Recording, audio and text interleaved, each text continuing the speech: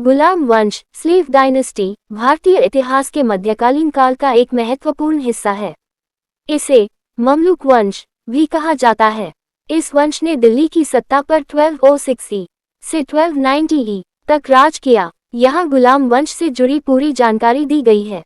1. मुख्य शासक और उनका कालक्रम। गुलाम वंश में कई शासक हुए, लेकिन इतिहास की दृष्टि से ये सबसे महत्वपूर्ण है। शासक शासनकाल। मुख्य बातें।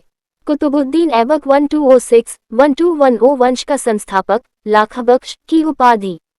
इल्तुतमिश 1211-1236 दिल्ली सल्तनत का वास्तविक संस्थापक। रजिया सुल्तान 1236-1240 दिल्ली की पहली और अंतिम महिला मुस्लिम शासिका। गयासुद्दीन बलबन 1266-1286 लौह एवं रक्त की नीति, ब्लड एंड आयरन पॉलिसी। 2. महत्वपूर्ण शासकों का विवरण। कुतुबुद्दीन ऐबक 1206-1210 वह मोहम्मद गौरी का गुलाम था। उसने अपनी राजधानी लाहौर बनाई। निर्माण। दिल्ली में कुतुब मीनार की नींव रखी और अजमेर में अढ़ाई दिन का झोपड़ा बनवाया। मृत्यु 1210 में चौगान पोलो खेलते समय घोड़े से गिरकर हुई।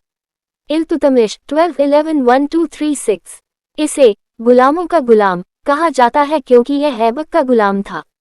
इसने राजधानी को लाहौर से दिल्ली स्थानांतरित किया। उपलब्धियां।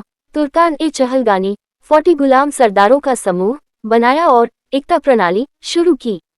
इसने कुतुब मीनार का निर्माण कार्य पूरा करवाया।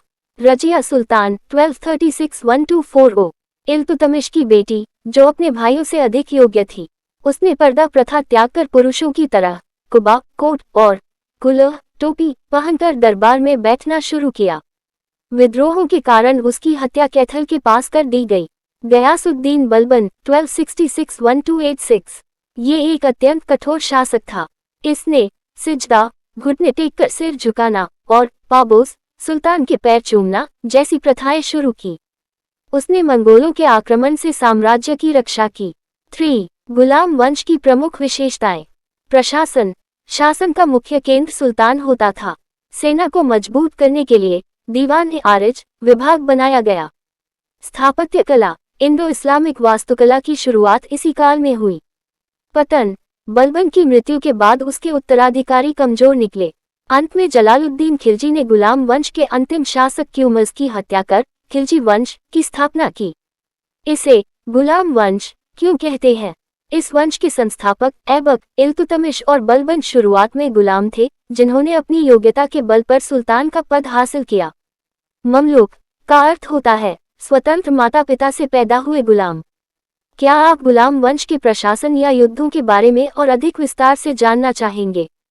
कमेंट बॉक्स में बताएं। आपको अगर वीडियो अच्छी लगी हो तो चैनल को सब्सक्राइब करें, वीडियो को लाइक एंड शेयर करें।